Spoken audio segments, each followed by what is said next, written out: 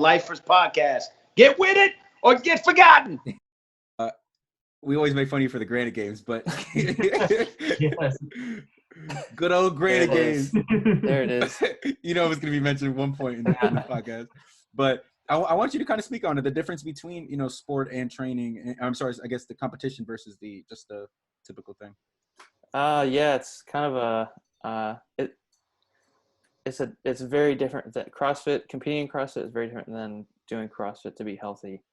I don't know if it's going to take years off my life, but maybe it will, maybe it won't. But why do you say that? I mean, just to the fact of, I've been overtrained a few times. You know, you learn that after a while. Obviously, I haven't been to the CrossFit Games, so I'm like not that great. But I've been to some pretty like high level competitions.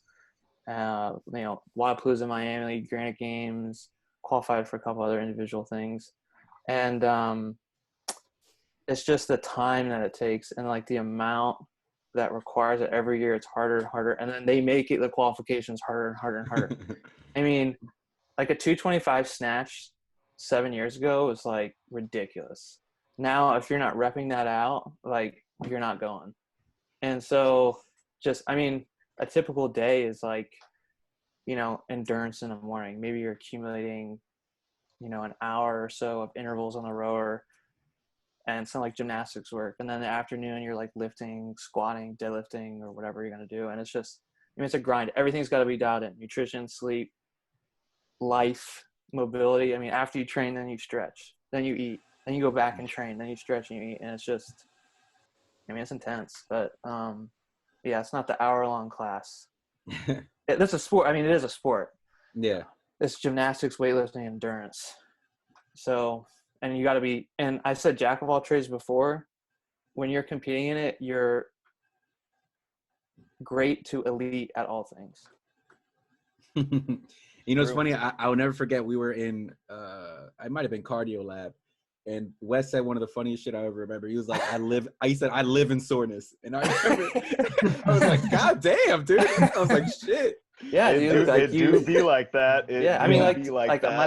my legs are toast right now. I accumulated 6 miles this morning, and I, you know, benched up to 275 today in the evening and did 100 strict pull-ups. Yeah. And I think that's the biggest thing I want people to get from this is like there's a difference between being an athlete for participating in a sport. Yeah. And that's with anything, right? Like you can say that for football, basketball, track, anything. It is a sport versus playing pickup just to get some cardio in, and which is great. You know, it's not going to give you the kind of hurt it is going to be versus like actually training for a basketball sport or like, you know, in this case, CrossFit sport. And that's why they changed it, because they wanted to be inclusive. You know, the CrossFit Games, like they had a deal to go on TV, and the CEO didn't take it because he wanted more of like a global, you know, he wanted more gyms and more of the lay person or your average person to do CrossFit versus glorifying the CrossFit Games and people seeing that and being intimidated and thinking that's what CrossFit is. So, Chris, did you want to tackle anything before I ask your question? I was just going to say on top of that too, like it's when people, now that we have access with all of this internet stuff like Netflix and all that, you could pop open Netflix right now and you can find, I think, 2 or 3 CrossFit documentaries on there.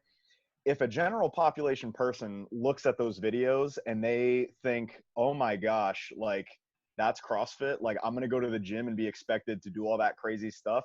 That's like watching a marathon runner PR a, you know, 26-mile run and then say, oh, I gotta be a marathon runner in order to like have a, you know, be like a distance athlete. yeah. There's, like Wes said, there's a big difference between treating something as a sport and treating it almost like I want to go have fun and do something and challenge myself, but I don't necessarily need to beat myself up to the point where I need to train 4 times a day.